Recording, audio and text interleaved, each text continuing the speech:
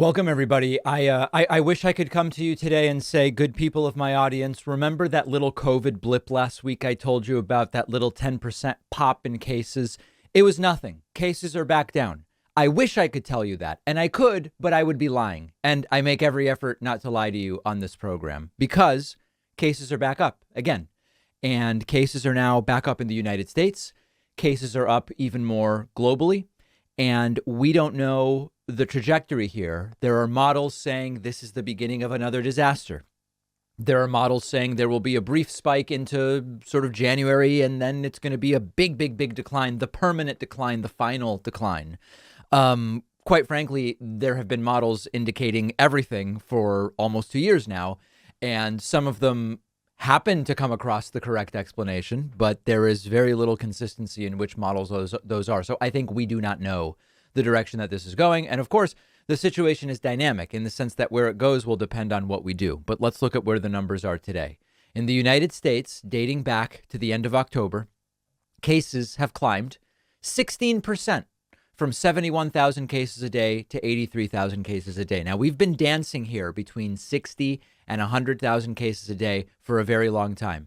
To really get this to the point where we would consider it, based on public health expert assessments, epidemiologists, et cetera, really get this under control, 10,000 cases a day is the number that is being discussed. It has been a really long time since we were even remotely close to that.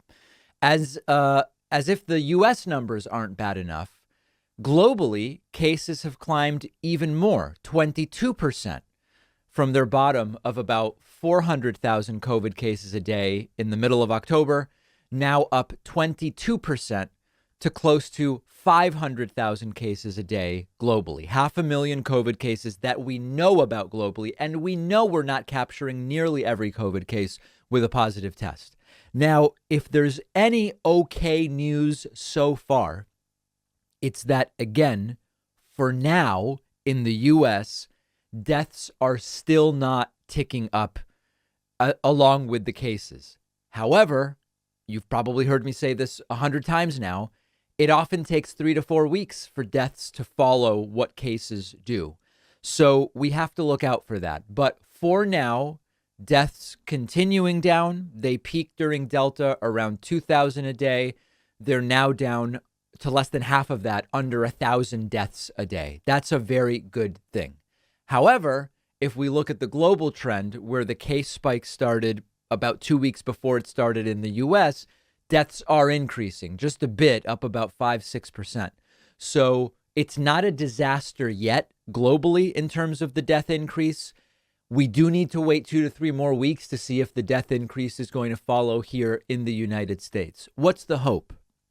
The hope is we have enough vaccination combined with recovered immunity that cases and deaths start to become decoupled. We've talked about this before. If everyone is vaccinated, a case means a lot less in terms of how likely it is to lead to a hospitalization and subsequently lead to a death. The hope would be we are vaccinated enough, we have enough immunity that cases will go up without deaths going up. It's really not apparent that that's the case. Right now, 58.8% of the country is fully vaccinated, call it 59%. You then have to add to that people with some level of immunity despite being unvaccinated because they've recovered from COVID. We know that can be hard to predict. How long does that last? How robust is it? But officially, there have been 48 million cases in the U.S. Now, you can't just say add 48 million. Why? Well, a lot of those 48 million people have been vaccinated, so they're actually in both groups.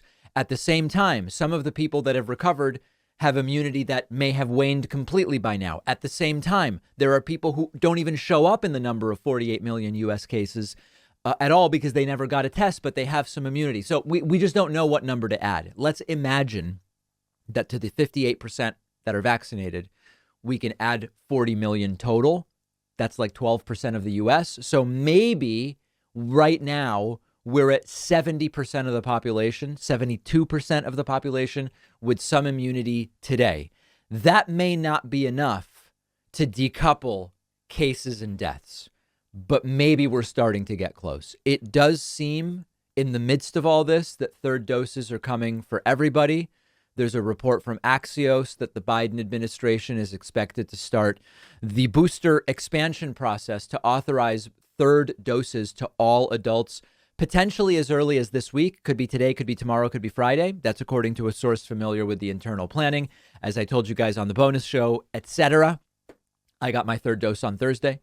And it does seem as though third doses are likely coming for everybody who has been following the recommendations on vaccination. Obviously, people who haven't gotten dose 1 or dose 2 are not going to get dose 3 because that's just not how it works. So that's the latest as far as COVID is concerned. We're going to continue following these numbers.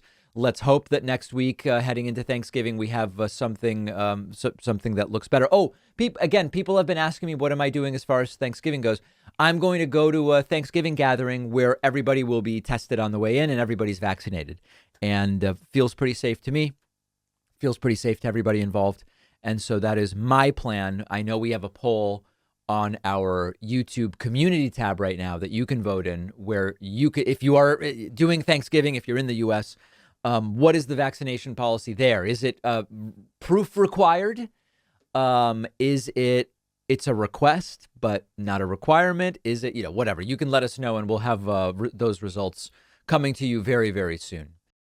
I'm really excited that one of our sponsors today is Helix Sleep. I sleep on a Helix mattress at home. I absolutely love it. And that's why I reached out to them about sponsoring the David Pakman Show.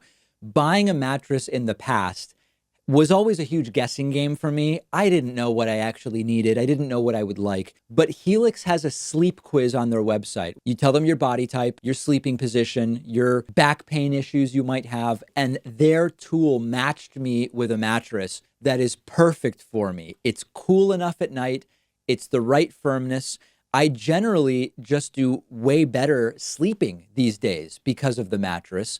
Helix was awarded #1 best overall mattress for the last 2 years by both GQ and Wired Magazine. It is well-deserved, I can tell you firsthand. Every Helix mattress comes with a 10-year warranty.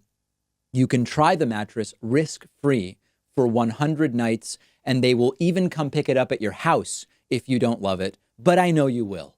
All of my viewers will get up to $200 off your order, and you'll get 2 super premium pillows for free when you go to the link right underneath this video.